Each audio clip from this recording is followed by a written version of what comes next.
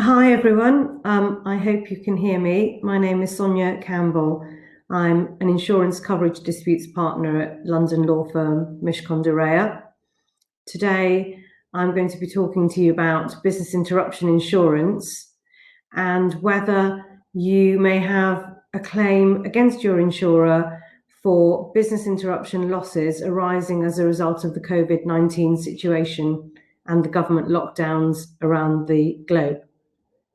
So the first thing to note is that business interruption insurance is usually triggered by material damage to property. It requires physical loss, damage or destruction, which obviously in the COVID-19 sense is not easy to satisfy. However, business interruption policies also contain extensions to cover, which many of you will know about.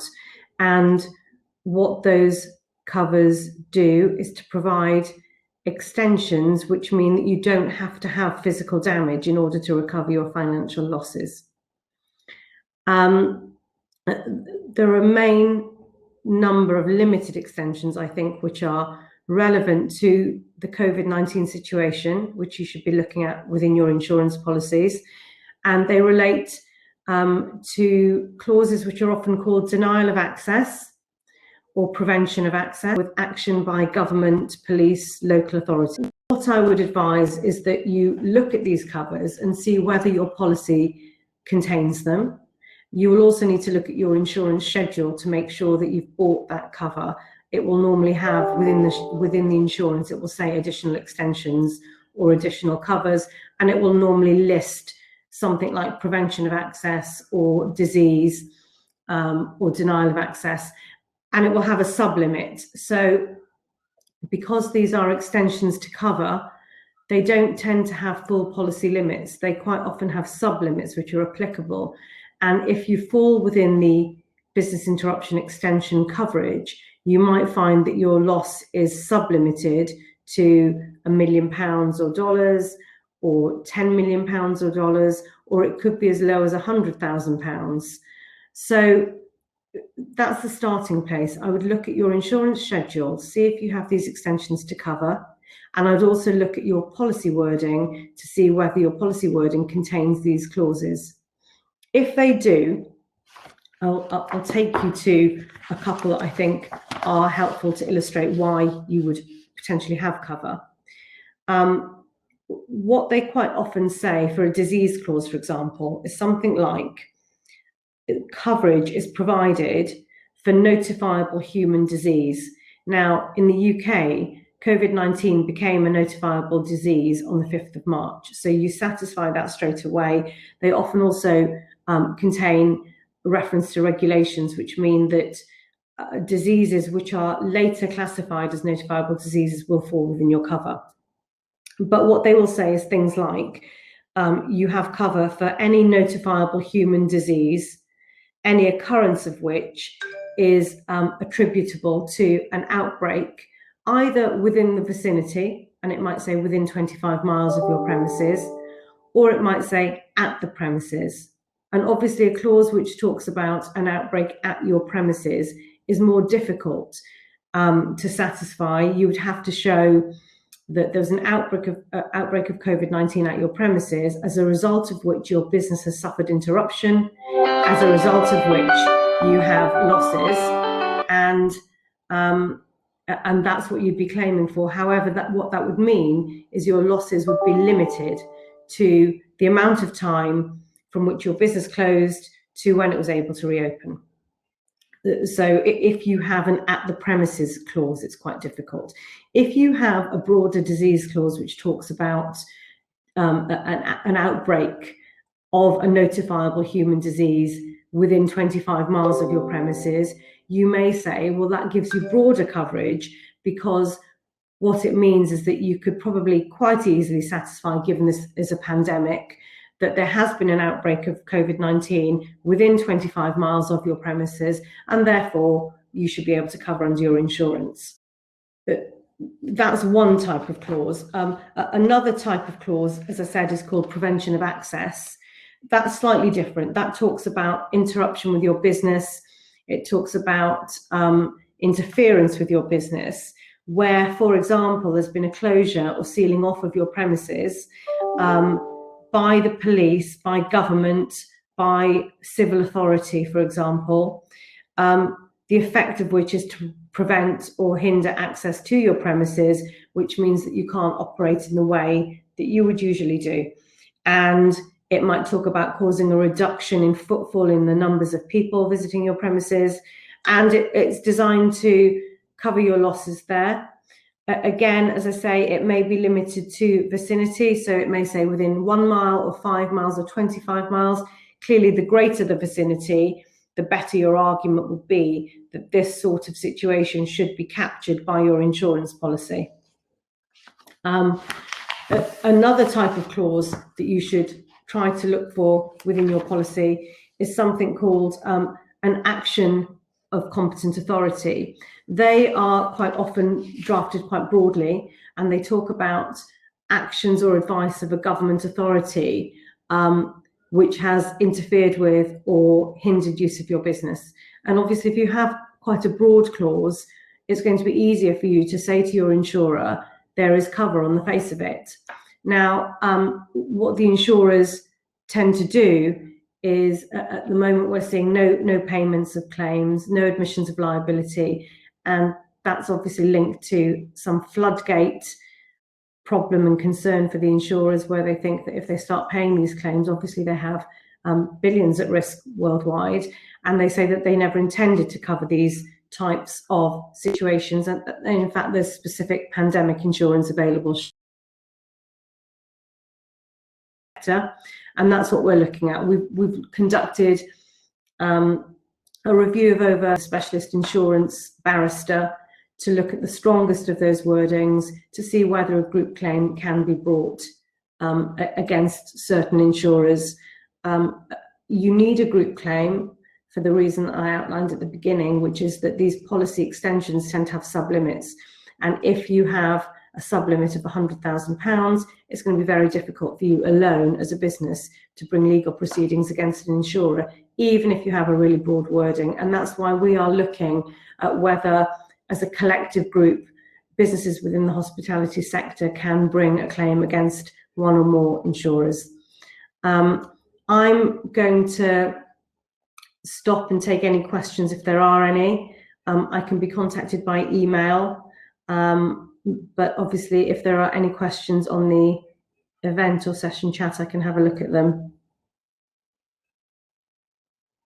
I'm just checking. One of the issues with this insurance is that there's no case law.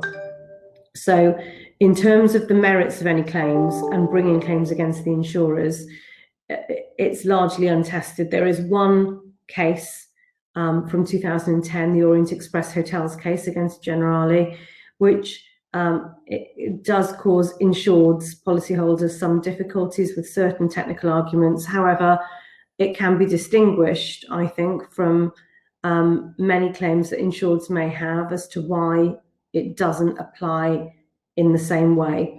I think there's no doubt that in any claims that are brought against insurers under business interruption insurance policies, the insurers will raise defences, and we are seeing numerous denials of cover at the moment. However, as I say, there are a number of action groups that are being launched. Insureds and policyholders understandably are extremely frustrated that on the face of it, their insurance says this should be covered. There's nothing to say it shouldn't be covered. Yet their insurers are pushing back, and we're seeing different kinds of arguments being rolled out time and again. So if you are interested in knowing more about how best to position a claim, how best to notify, and the clauses that you think might be applicable, then obviously you'll have our details and you can contact me. So I think that's all I need to say in a nutshell about how this business interruption insurance coverage works, and I will wait to see if there are any questions that follow. Thank you. So I've just had a question about what's happening in this regard outside the UK. I know that there's been a case recently in the US, which is not quite on the same point. It's about force majeure and whether there was a national emergency declared. And I think the court interpreted the position quite widely. I suspect that many of the insurers who we're dealing with in the UK, and the arguments that are being raised in the UK will be raised likewise by insurers in other territories, on the basis that these insurers are saying that these clauses were never designed to cover this kind of loss. What the insurer's position is, I think generally, and remember, many of these insurers operate in the UK, but they operate in Europe and are reinsured and provide reinsurance across the globe. So I think the messaging is likely to be the same as it is in the UK, which is that these sorts of covers, these business interruption extensions, are sublimited. They were not, the premium that was paid for them was not to cover a pandemic situation, and that, for example, a denial of access with a 5-mile vicinity is meant to cover a localized danger, where, for example, the police might have to cordon off an area within 3 miles of your premises, and until that's safe and until that cordon is lifted, your business can't operate, and therefore you're suffering losses, and therefore the insurers will say, well, okay, you had 3 days of losses and we will pay those. It's very different to saying, oh, we can't operate, we've been shut down by the government, and therefore we're suffering business losses over X months, and they're covered. On the face of it, the wording covers them, they should be paid. And that's the point that is going to have to be resolved in court, whether in the UK or elsewhere. But I think that those test cases are going to follow. I hope that's answered the question that popped up. But I think these are at very early stages. These cases, as I say, have not been tested previously in this kind of situation. So insurers and insureds, understandably, are treading carefully and slowly and taking legal advice and making sure that the case stacks up before proceedings are launched. So there's another question. How would business loss be assessed for a property affected by the pandemic? Let's say there's a clause that supports a claim. Would the actual business loss likely be little to zero, given the overall market conditions prevailing during the virus or lockdown period? I think the question that's being raised is really to do with something called the trends clause.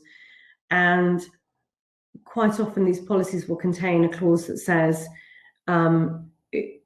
the business operations and profits, for example, and income just before the loss and just after have to be taken into account. So, for example, if you were a business that did have cover for action of competent authority, and you say, right, our business has been closed down because of the government from the 20th of March in the UK, and therefore we're going to claim all of our business losses. You will have to, on a case-by-case basis in the usual way, evidence your losses. Now, the insurers may say, it's not correct that these losses would have been suffered by your business, because actually in the year prior to this lockdown, this business was failing. So there are different things that will be taken into account when assessing losses.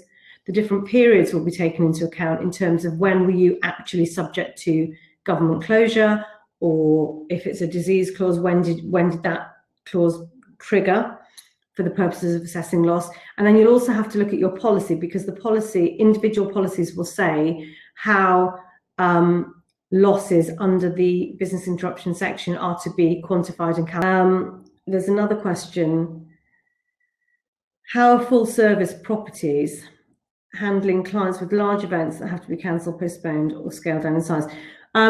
There's a number of ways in which I think insured businesses are dealing with these sorts of things. There are, within these policies, there are customer extensions of cover. So if you face losses as a result of cancellations or government closures, there may be some cover for customers and suppliers within your policy. The other thing is that insurers are telling insureds that they have to operate as a prudent uninsured in many circumstances. And essentially what that means in law is that you have to operate as though you have no insurance. So you have to take business decisions in the best way that you think you can in order to minimize the losses of the business. And that may mean, for example, that you defer an event, you don't cancel, you say, okay, to the client. If you are doing something, if you're making a decision about that step, your loss is likely to be greater and you're likely to lose a long-standing client that holds regular large events within your business. In saying, I've taken this step to your insurer, the reason I've taken it is to minimize my losses, not to cause greater exposure to the insurer, but actually to minimize the loss for the insurer ultimately as well, and therefore it should form part of my loss and it should be covered. Do I see increased litigation, for example, duty of care? Yes, I do. So as well as specializing in insurance coverage, I deal in commercial disputes. In the UK, for example, I can see where there have been there's been a lot of press, understandably, about deaths in care homes. I can imagine that that would be an area in time to come where litigation may be brought about, health and safety issues and breaches, protection that was taken in respect of looking after staff and residents. You can imagine that there might be shareholder claims brought against particular directors and officers of companies in terms of decisions that were made during this crisis and during this pandemic in terms of business operations and how business decisions were taken and whether different decisions ought to have been taken, which is perhaps easier in hindsight, but I can see that there may well be increased litigation in this sector and in others. In construction, for example, I imagine there will be a mountain of litigation. As I say, D&O liability, directors and officers liability, I think, is an area to watch for. People talk about increases in broker negligence claims. I think they're more difficult. I think in circumstances where the entire insurance market is basically saying there's no cover and they're putting up defences to these claims, it's difficult to say that a broker has been negligent. But yes, I do see litigation arising out of COVID-19, probably for a number of years.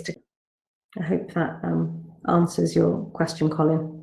One of the questions actually that has been raised with me by hospitality sector clients, which is interesting and difficult, I think, which is that in light of the changing government guidance, for example, within the UK and across Europe, I know, where restrictions are being eased, if the government says, okay, as of next Monday, businesses can reopen and start trading again, hospitality businesses, but you have to have social distancing. A number of clients have said to me already that that would be worse for them than the current closure where they can't operate at all, because to try to deal with the overheads of operating a business while social distancing would be a nail in the coffin for many of their businesses. And I don't know whether others within this call have thought about that and how you would deal with that. Obviously, that has an impact on claims that you can make against your insurers, because technically you won't be closed down anymore. Technically, you're allowed to trade. But obviously, I would say your business is still being interfered with and interrupted significantly because you can't operate in the usual way. And I would be arguing actually that you should be able to still claim for your losses until the restrictions are completely lifted. I'm sure that would be fought by the insurers as well. But I think that in reality, it's something that should be raised with them.